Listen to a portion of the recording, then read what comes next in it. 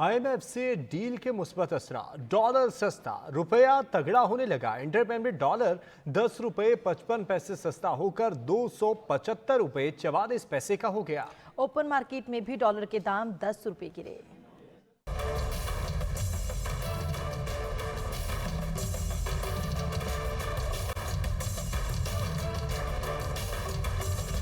Challenges से नबरद आजमा पाकिस्तानी मईशत के लिए आईएमएफ डील का पावर बूस्टर। कमजोर होता रुपया भी जान पकड़ने लगा। रवां कारोबारी हफ्ते के दौरान दूसरे दिन भी डॉलर को रुपए का धोबी पटका।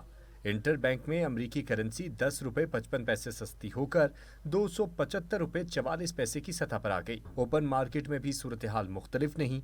कारोबार के अख्ताम पर डॉलर 10 रुपये सस्ता होकर 280 रुपये का हो गया है। करेंसी मार्केट से जुड़े माहिरीन इस पेशरफ्त को मुस्बत करार देकर आने वाले दिनों में रुपए की कदर में मजीद बेहतरी का इम्कान जाहिर